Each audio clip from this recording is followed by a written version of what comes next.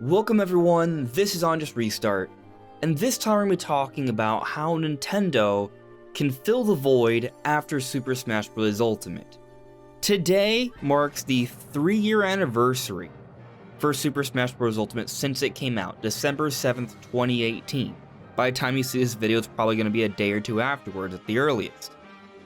But over the last 3 years, Smash Bros. Has been a great source of attention for Nintendo on the Switch, and even during the Wii U era where things were a bit more bleak, Smash for Wii U and 3DS was a ray of light. It was a beacon that gave us things to be excited about. It in large part is what kept Nintendo in the discussion even then.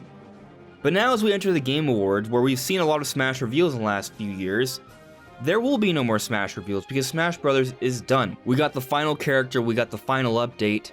There will be no more Smash announcements for the foreseeable future.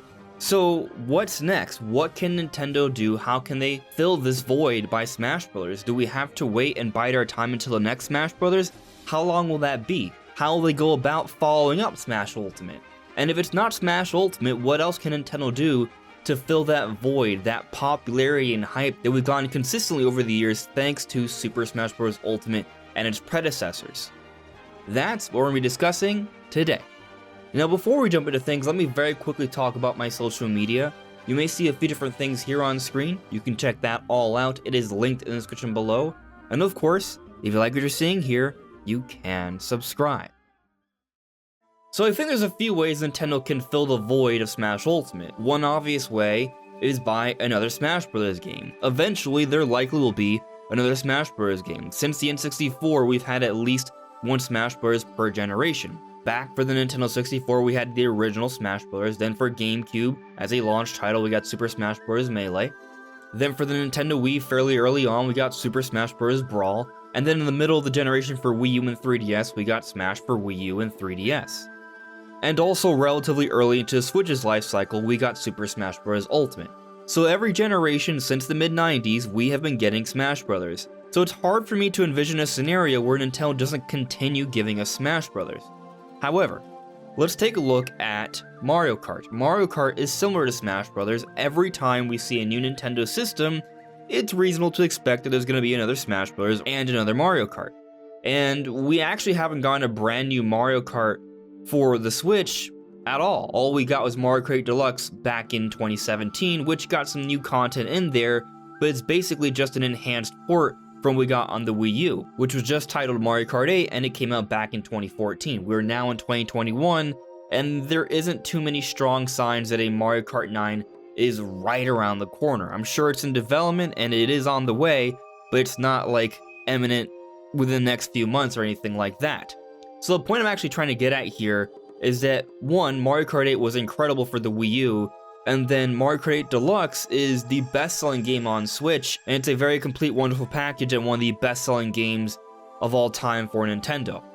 There isn't that much of a need for another Mario Kart right now. Mario Kart 8 Deluxe is still selling very well. It's still outpacing every single game on the system. There was a little while where Animal Crossing New Horizons was looking to perhaps pass Mario Kart 8 Deluxe, but with the most recent financial reports, we are seeing that Mario Kart 8 Deluxe is now at a pace that's even outselling Animal Crossing.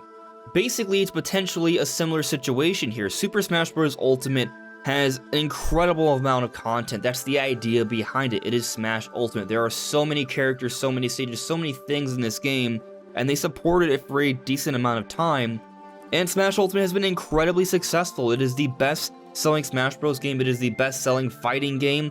It's an incredible achievement that likely is going to have some strong selling power for years to come, so it's likely similar to Mario Kart Deluxe. We may have to wait a very long time before the next one because, well, there isn't a need for another Smash Bros. Right now, the same way there isn't a need for Mario Kart. And in fact, given how new Smash Bros. Is and the amount of new content in there, there's far less of a need for a new Smash Bros. Game as there has been for Mario Kart Deluxe, because Mario Kart Deluxe just added a little bit of new content. It wasn't a whole bunch of new tracks and characters.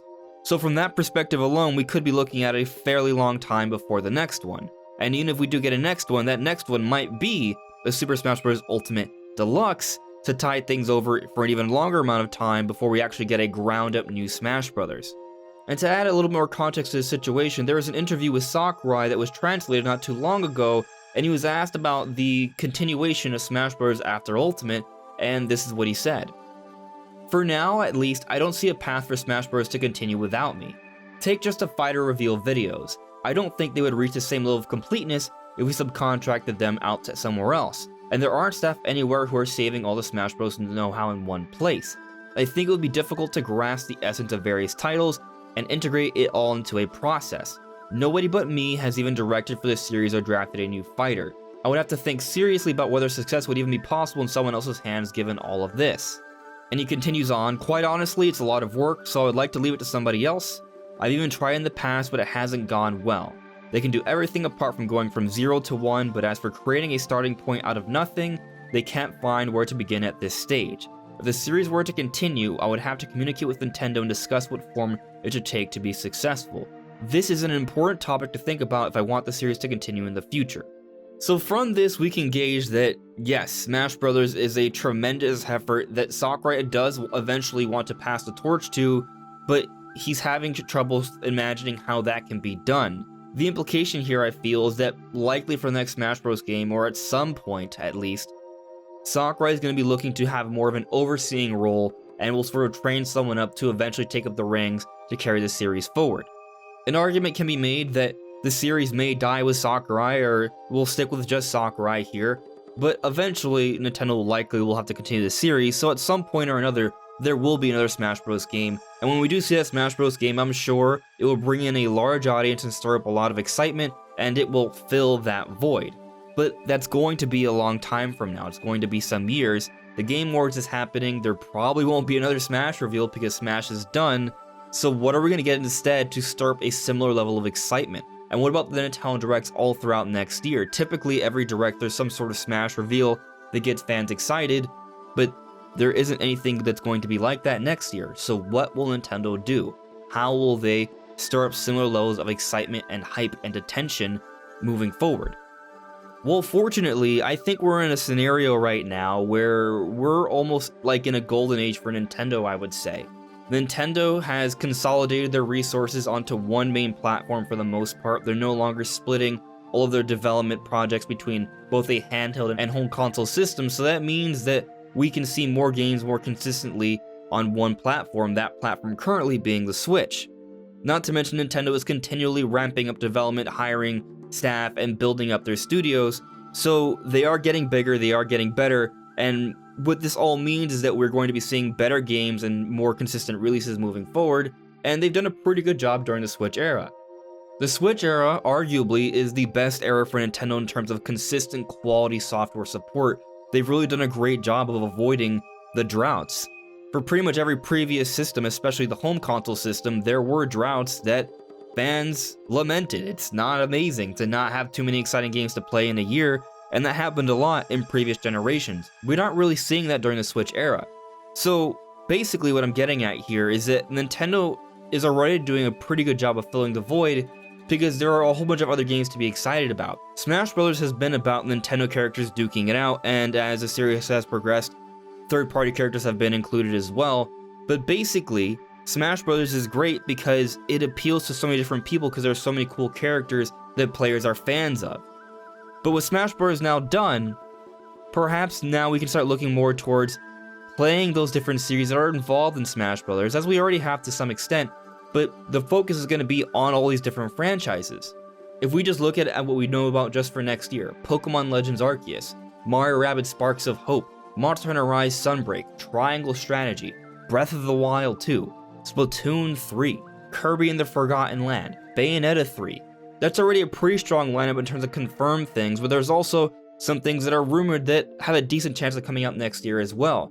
This long-rumored Resident Evil game that's supposedly in development specifically for the Switch and eventually a PC version.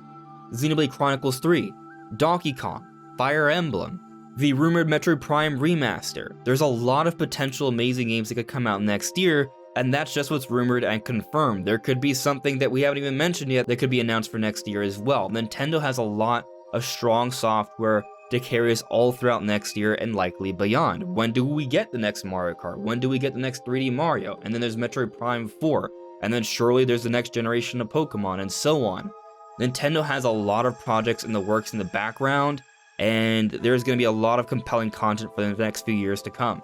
And that's what I believe will fill the void, just a whole bunch of really good games. It's not always just going to be one game we'll expect every direct, it's going to be something different. These last few months, it's been about Shin Megami Tensei 5 and Metroid Dread and Pokemon Brilliant Diamond Shining Pearl.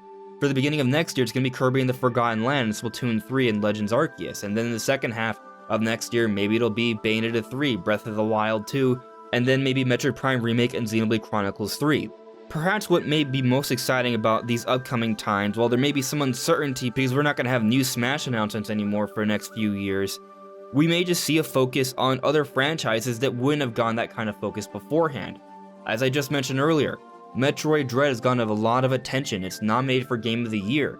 Who would have thought that a 2D Metroid would get this much attention, that would be selling this well?